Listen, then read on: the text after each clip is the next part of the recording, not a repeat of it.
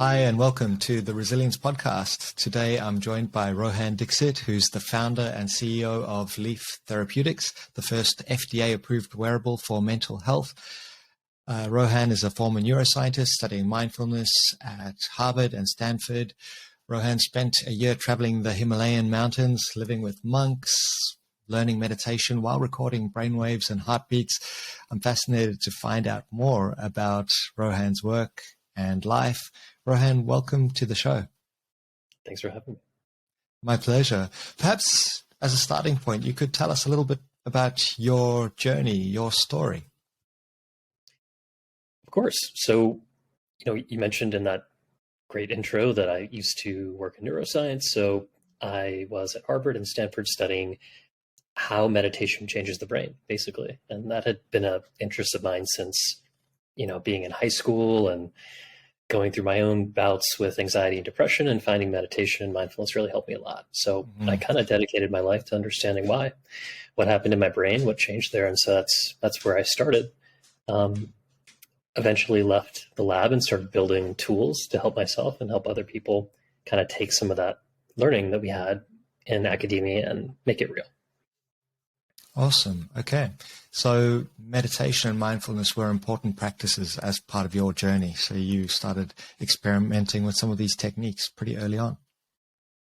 I did. I was lucky. My mom is into meditation, and so she never really talked about it. Yeah, but there was a book lying around the house, and I just stumbled on it at the right time, and it made a big impact in me. I don't know that it made me, incredibly calm or really, really peaceful or like a monk by any means, but it definitely helped me get to the next phase of my life, which was really meaningful at the time. How did you develop an interest in wearable technology? Because obviously it's becoming more and more common. I mean, here I am sitting with a ring on my finger that's measuring my heart rate. It's quite incredible how quickly this happened. How did you develop that interest? Yeah, I mean, it seems like it's happened quickly, but I guess, there's been maybe a decade of these sensors being cheap enough to, put on your body and actually get readings out of it. So I think I kind of got into it right when sensors started to miniaturize. And, my first company in the space was called BrainBot, which is a brainwave headset, and also helped people learn how to meditate and practice mindfulness in a healthcare setting. And just kind of started building on that and experimenting. I've always been a tinkerer and inventor, and really just trying to find what are the signals in my body that help me understand, how I'm feeling, and maybe could give me a little bit of an indicator as to when I'm in a certain state. Maybe I want to move into a different mind state. Maybe I don't want to be tense. Maybe instead I want to be a little bit more open and able to act. And so those little tweaks, it's something that is, fascinated me for a long time. And that's what I was kind of trying to figure out by really hacking together a bunch of biosensor prototypes. And having had a look at your website, and we'll dive a little deeper into the device that you've created, I see heart rate variability is a really important metric. Perhaps for our audience, you could explain what heart rate variability is? Yeah, of course. So heart rate variability, people abbreviate it as HRV, which you may have heard. The Apple Watch measures it. You've got the ring on, right? The Oura Ring, which measures HRV. Really interesting biomarker. And so technically, HRV is the variation from one heartbeat to the next, right? So people always think that, my heart rate is kind of like a metronome, it just beats along at 60 beats a minute or whatever, but that's actually not the case. And, what you really want to see is that your heart rate's actually bouncing up and down, and that variability is a very good thing. It indicates a lot of, it's almost like a gauge on your what's known as your autonomic nervous system, which is very helpful for creating your emotional state, and also for a variety of other processes, which is why you see people using HRV, tracking it and trying to improve it, both in the athletic space as well as in the mental health and the healthcare space, because it's kind of this general indicator of mind-body health. Yeah, I've seen some amazing results connecting someone to a device in a workshop. I did it yesterday, and we stressed that person a little bit. We asked the question, what does this person not enjoy in their day-to-day work. And it was incredible just seeing the shift in heart rate variability, and then using some techniques to bring them back to a state of calm coherence. This kind of tool used to be reserved for the military and high performance sports, but obviously there are applications for anyone. How have you found the application, particularly for people who might be experiencing anxiety, using biofeedback for those types of issues? Yeah, and you hit the nail on the head, because whether you're a soldier or an athlete or, someone who's just looking to feel better, there's sort of like, well, baseline, you can call it average functionality. And we might, to take the example of anxiety, say that someone who's very far below baseline is quote unquote anxious.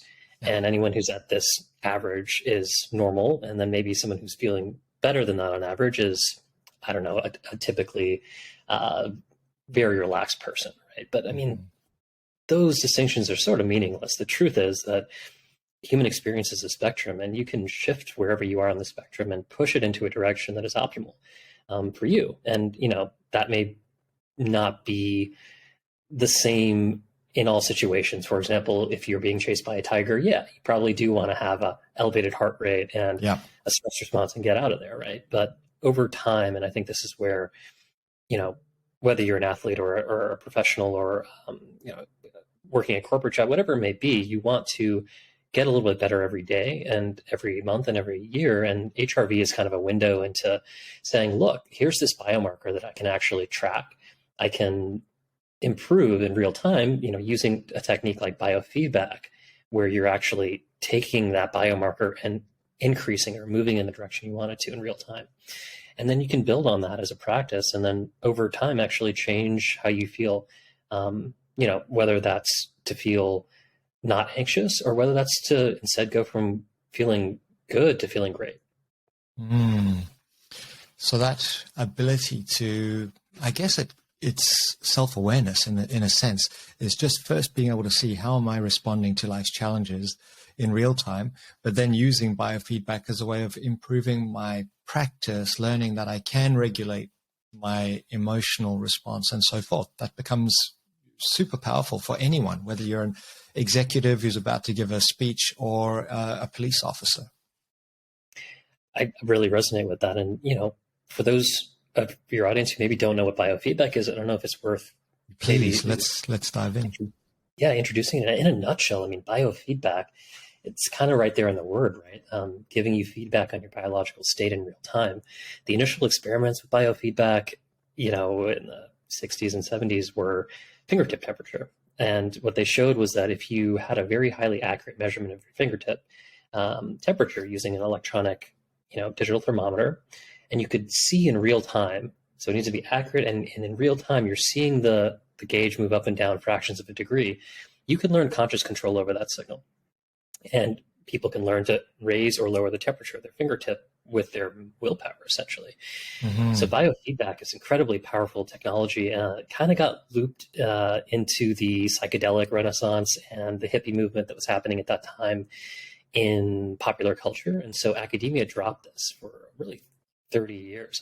If you go to a biofeedback conference, you'll see that there's this huge age gap. So a lot of the people are in their 60s and above, and then you have very, very young people, and there's no one in between, because it fell out of fashion. But it's a hugely powerful technology. And if you can take a signal that is important to you, let's say like HRV, which we're discussing now, has all these effects on productivity and physical performance and mental performance, and you can learn to in real time improve that, as a skill, that can be highly useful. I never made the connection to that kind of hippie movement. Was it the quantified self movement that kind of resurrected these technologies in a way? I think it may have been in part due to the sensors, and people started measuring, and it just was people rediscovered the idea, and we work with Dick Gevertz, who's one of the original co-inventors of HRV biofeedback decades ago. And it's just such a pleasure to kind of see through his eyes as well. Like, these were good ideas. And now we finally have the ability to democratize access to them. The sensors are cheap now. You don't have to go to a doctor's office. it's a renaissance period for biofeedback, I think. Amazing. And I'd love to hear a little bit more about the device that you've created, the Lief device. Maybe first off, what's in the name? I'm guessing it's connected to relief, but you can tell us more about that. And how does it work? Yeah, you nailed it. Lief like relief. And, we typically sell to people who are looking to have less stress. Maybe they're looking to decrease anxiety. A lot of biohackers, performance coaches use it with their clients. So kind of a variety of different types of people. And the Lief is different from other tools. And the reason that I built this for myself and didn't just go to the store and buy something is because there wasn't anything like this. So Lief is an EKG. So going back to the original example of biofeedback, you remember, you got to have an accurate signal. For example, you're using a digital thermometer if you're changing your fingertip temperature, and it's got to be real time. And so we went with an EKG because this is the most accurate. It's a clinical gold standard for measuring heart rate variability, right? And what Lief does, which is different from other EKGs, is that it's also a biofeedback device. So a lot of experimentation, some of it pretty funny, and weird ideas that we tried, but eventually we realized, look, you can actually transmit to someone through haptics, through vibration, through an EKG like this, what their HRV is in real time. And so that was the key insight. And what Lief does really well, which other people, there's nothing like this on the market as far as I'm aware, which is that we can know how your HRV is doing in real time, personalized to you. And when it dips below settable thresholds, you can have the device turn on and actually do biofeedback in that moment until you're back in a good zone, at which point the device will automatically turn itself off. So it creates this feedback loop that's never existed before with biofeedback, where you're going about throughout your day, and HRV is such a very beautiful measurement of mental state that, getting cut off on the freeway can tank your HRV. And so you can, in those moments, actually do something about it. And that's really what Lief does really well. It's training HRV in real time when you need it. I love that idea of the haptics that kind of remind you or prompt you in real time when your HRV drops. So the device, I've had a look on the website. For those who are not aware, it attaches to your torso? That's correct. Yeah. So there's a athletic strap, which is almost like a polar attachment as well, but the typical ways with stickers, ECG electrodes. Okay, awesome. And what has been some of the feedback that you've had so far? Obviously, it's been approved by the FDA. Like, how have people been using this out there in the world, and what stories have you heard? Yeah, and this is really cool, right? Because I think similar to yourself and many other people in the wellness space broadly, or the performance space broadly, I think we come into this oftentimes from a first-person perspective, in that, look, I need help, and how do I get better? And then you're able to kind of open up and give insights to other people and hopefully help them as well. And so we get feedback from our customers all the time. We have both an FDA device and just a consumer product for stress, basically. Whether you're getting a prescription and the FDA version, or you're getting the consumer version, we've heard people say, that this has changed their life. There have been people who have struggled with anxiety or depression for years and years, tried medication, tried everything, and found that biofeedback is a thing that actually really helped them. Lots of stories like that. I can imagine. What do you think about, and I'm not sure if this is something you've considered, but just like a sports team might have some obligation to use wearables. I've heard stories about teams who are all tracking HRV and various other metrics, sleep, for example, so that they know if someone's, maybe needs to take some time out and recover rather than train on certain days. In a business context, what are your thoughts about teams using wearables just like a sports team would?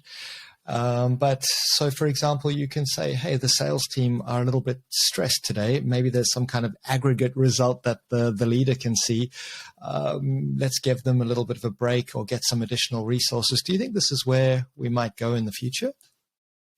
Yeah, it's such a good question. It's really interesting, Brad, because it feels like a different paradigm for how people typically do work. Um, in the athletic context, it's a little bit different, right? Because people already recognize that, look, we're all here to perform.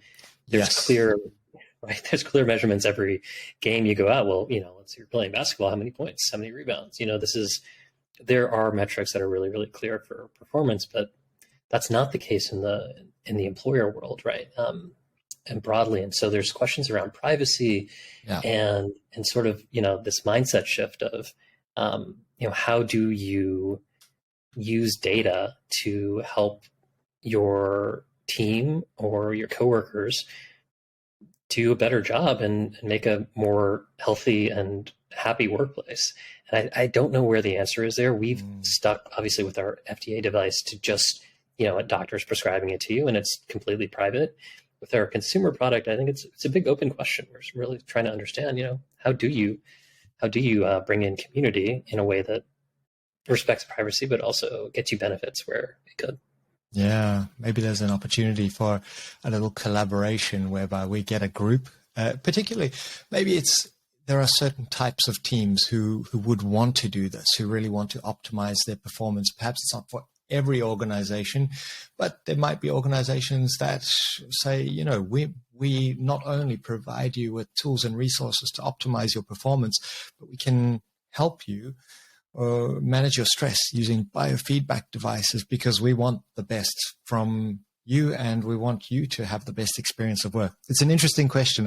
Who knows where this goes? Do you think that one day these devices will be implants? You must get asked this kind of question. Not in our life. I don't think so. I mean, what's interesting today is you can get a vagus nerve implant, and you can sort of shock the nerve that is really is underlying a lot of the effects you get from HRV biofeedback today. It's a treatment that you can, a medical device you can have installed, also approved by the FDA for depression that hasn't been able to be resolved in other ways, for example. I mean, the thing is out there. The reason that HRV is really lovely, I think, is that you don't need to cut into your body to implant something. Agree. And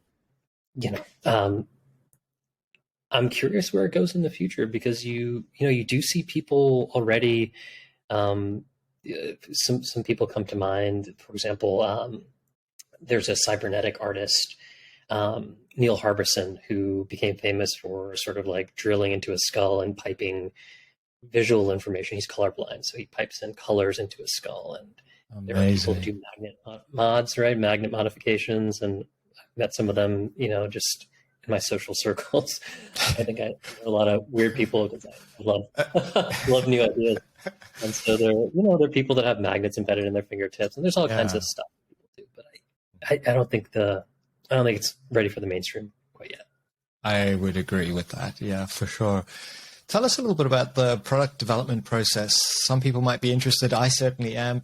And it takes a unique kind of person, such as yourself, to bridge the gap between meditation and manufacturing, through the whole product design process to create something tangible. Well, what do you enjoy about that process, or what have you enjoyed? Well, it's been great working with an incredible team, and there would be no way to do this without our team that has been guiding it from day one. But my favorite part about the process, I mean, I'm an inventor. I used to be a scientist. I love new ideas. I love the, kind of like connecting two things that seem separate, but actually there's a thread between them. And what does that allow you to see that maybe someone else hasn't seen before? So that's always been the most fun part to me. And, our product development cycle really looked like, in the very, very early stages. The very beginning was filling a backpack up with brainwave sensors and EKGs and buying a one-way ticket to the Himalayan mountains to live with monks and record their biosignals while they did types of mindfulness. And, how can we build this into a product? That's where it started. And then ended up back in San Francisco in the garage, building all types of different prototypes, measuring from the soles of our feet, measuring galvanic skin responses. There's a million different things that we tried. and just sort of iterated along with our early adopter users into the product that exists today. Interesting. I'd love to hear a little bit more about your time in the Himalayas, having done something similar once upon a time myself, but without the biosensors. What was the process? You booked a ticket and then just went and met up with people. Tell us a little bit about that journey. Yeah, I mean, pretty much. So, what some people may know this, but the Dalai Lama has a big collaboration that's been going on with neuroscientists for like decades now. Mm-hmm. And so I had been exposed to that in the lab because I was working on meditation and neuroimaging. Okay. So that's kind of where I started. So I went to, there's a place in India called Dharamshala, which is where the Tibetan government in exile is. And I just walked into a store, a Tibetan government. They were selling brochures and knickknacks and stuff like that. And I went to the person behind the counter and I told them, "Look, I'm a scientist with this crazy idea and a bunch of weird equipment in my backpack. Can you help me find monks?" And he, for some reason, said yes. And so, that was the beginning of kind of traveling through the mountains and meeting incredible people, living really unique lives. Learning how to meditate myself and also what it looks like at a physiological level, right? Like, how can we bottle this up and give it to more people who can't, spend their time hiking through the Himalayas? Absolutely. Yeah. Yeah. It's a special place to learn techniques such as that. And what I found when I was there on a slightly different but similar journey was how welcoming people were, how welcoming people are. If you go up to someone and just say, "This is what I want to do," doors kind of open. It's really quite amazing. It truly is. Really grateful for all the open arms that we found out there. Well, I found, and then I went back years later with friends and that incredible people. And, Can't wait to get back there. So, what is your vision for the future of Lief Therapeutics? Great question. I mean, I just started this to help other people the same way I was helped, and I think we're starting to do that now. The future, I'm really interested in mental health, like we've been talking about. I think that HRV can be used for a wide variety of things, but I think in particular there's a mental health crisis right now in the United States and across the world. How do we help there? How do we make people feel better? I think even from an early age, when I was struggling with mental health issues myself, it really felt clear to me that if you wanted to make a better world, at some level, it starts with our individual experience of the world and how we relate to what we see around us. And that is ultimately just our physiology. It's surprising how a high HRV day can be rose-colored glasses, and the reverse can be true too. And so, my hope is that we're part of this movement that I think is happening now across health and wellness, across, biotechnology, across the performance and sports industries, which is really taking more into account how our minds influence reality around us and make or break our experience, and helping people just create better realities around themselves by empowering them to feel what's happening in their body and shift it. Do you think that this kind of technology can be used by kids, younger people? Because I know in New Zealand we have an anxiety and mental health crisis with young people. I know it's the same over in the US, particularly after the last few years with lockdowns and so forth. Many people are really struggling. Many young people are really struggling. Is it possible already to use tools such as the Lief device, or is there an age threshold after which people can use biofeedback more effectively? I know I plugged my daughter into the HeartMath M-Wave, and it wasn't quite geared for someone of her age. She was 6 at the time, so maybe that was a problem. It's such a good question. So Lief now is for 13 and up. Okay. And that's really more a factor of the legal, guidance that you get as a company wearable device, because obviously when someone's younger than 13, you have to be really careful and make sure that they're getting the best possible experience and that things are going to work for them. We haven't done that research, but I do know anecdotally that many of our customers, as well as some of our team members who have younger children, have tried the Lief on them, have used biofeedback, and kids learn so quickly. They do. Right. 6 might be a little bit too young. Yeah. my poor daughter. Yeah. She's an experiment. She's getting experimented on, but it's all for the greater good, I think. And, whether that age is, 6 or 8 or 10, I do think that ultimately teaching kids these self-regulation techniques could be one of the most important things you learn at school. And I really think it should be incorporated into the didactics, because we can't just keep cranking out people who are book smart, but emotionally, stunted or don't know how to take care of themselves, because it just ends up creating so many problems for themselves, their loved ones, and society as a whole, probably at some level, over time. Yeah. I totally agree. I think that the ability to regulate your emotional state, to understand your nervous system, this should be foundational at school, because we leave school and are totally unprepared for the real world. Even during school, especially now with the new stressors that young people are dealing with.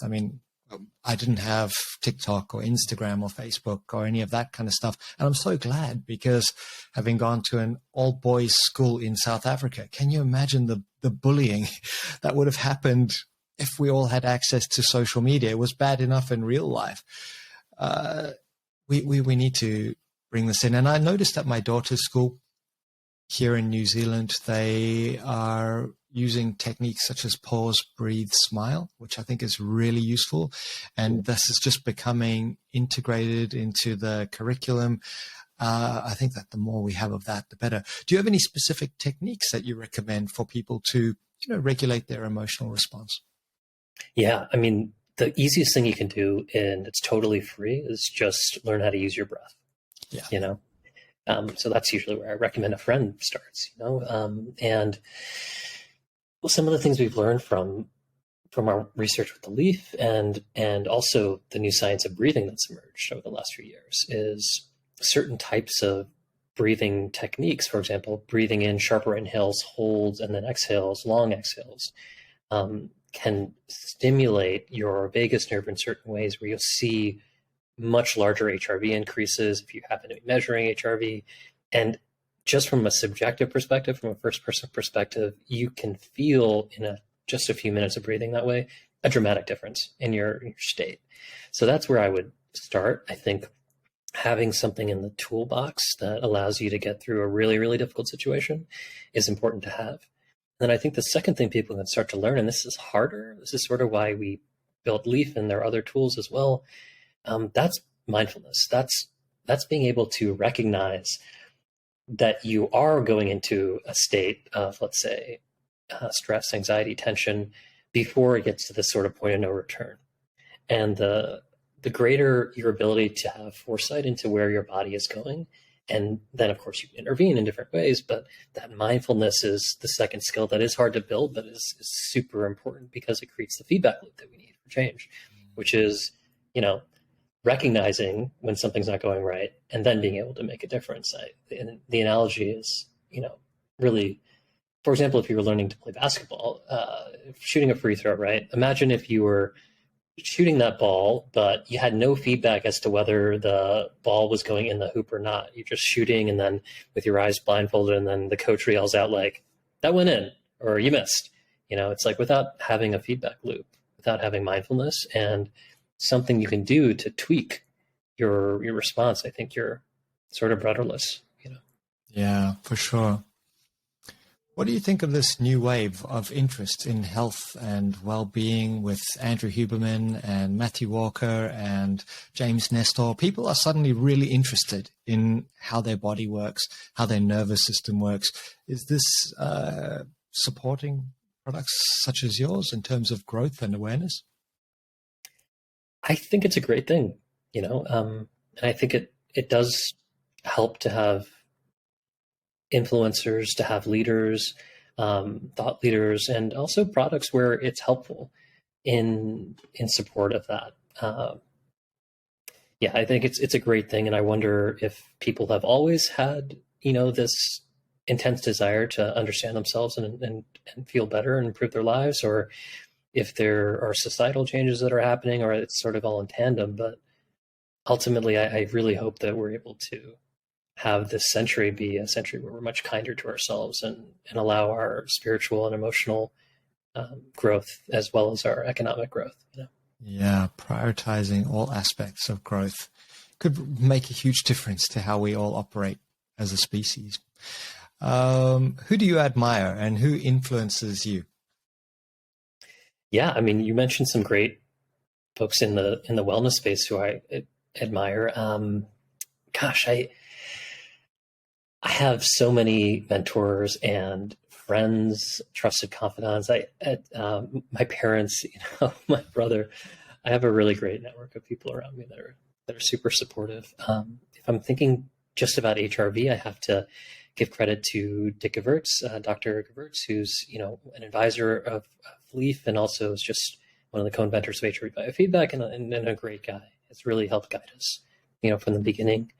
And I think that there are people as well that have sort of helped us understand, since we're in the healthcare space now with our new product, how to navigate health insurance and the U.S. healthcare system, which is a beast unto itself. So, yeah, sorry, that's not a very concise answer, but a lot of people. Absolutely, yeah. It's having those people who help you on your journey, your hero's journey in a way, the mentors and guides and those who signpost along the way. One thing we didn't touch on is the software aspect of biofeedback. So there are devices and everyone focuses on the device, but a really important part is the software. So the software that you've developed on your mobile phone, and it gets to learn a little bit about you. And as such, it can provide you with that real-time advice, that real-time guidance. That's exactly right. So, some of my background is in machine learning.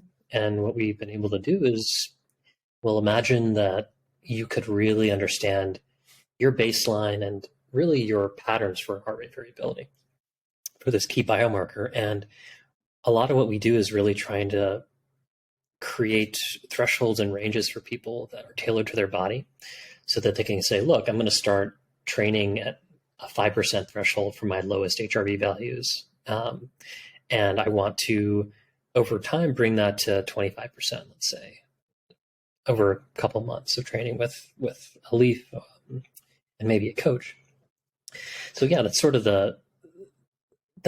where the software can become helpful, right? One, the device itself is able to alert you in real time without even needing a phone, just through the haptic interface. And that's really freeing because you don't need to disengage from a stressful conversation or a meeting or whatever the case may be, and pull your phone out and sort of say like, hey, world, stop for me. Let me do this thing. It is much more integrated and ambient. And that I think is really important. But then the software in the app itself, I think, can help people see trends and patterns and change their training ranges over time so that you actually, just like an athlete, can track yourself getting better at training your HRV over time. Fascinating. I love the idea of just that gentle reminder in real time to say, hey, it might be worthwhile practicing that technique, because often we remember it in retrospect. Oh, I wish I hadn't said that in the middle of that particularly, difficult conversation or whatever, just to have that little reminder, like a little gentle nudge in real time to say, hey, just calm yourself down. One long exhalation. That's it. That's exactly right. Even a couple of breaths can totally change your mental state. And we've had customers who have said things like, I was known in my workplace for being super angry and reactive, and that this has saved my job. And I know even in my own personal life, having the Lief and a little bit of feedback at the right time has helped me steer a conversation in a better direction. And I don't know where it would have gone without little resets throughout the day. So, it can be really, really powerful. And again, you don't need to go buy an expensive piece of hardware for this. Those can be helpful, especially in the beginning. But ultimately, what we're talking about is, can you feel what's happening in your body and shift your state with breathing? And that's, a really core skill that I hope everybody, whether they use a tool like this or not, can take away and start to build. I love that. I love that idea. Thank you so much, Rohan. Any final thoughts for our readers, and just for them to know, our audience, just for them to know, there'll be links in the show notes. Please do check out the website. There are some great resources on there. It is called GetLief, GETLIEF.com. Any final thoughts for our audience? No, wishing everyone a happy and healthy year. And thanks so much, Brad, for inviting me on the show. My pleasure. Let's do it again sometime. Thanks, everyone. We hope you enjoyed this episode. Lots of information there. Do check out the links in the show notes, and we'll see you on the next Resilience podcast. See you guys.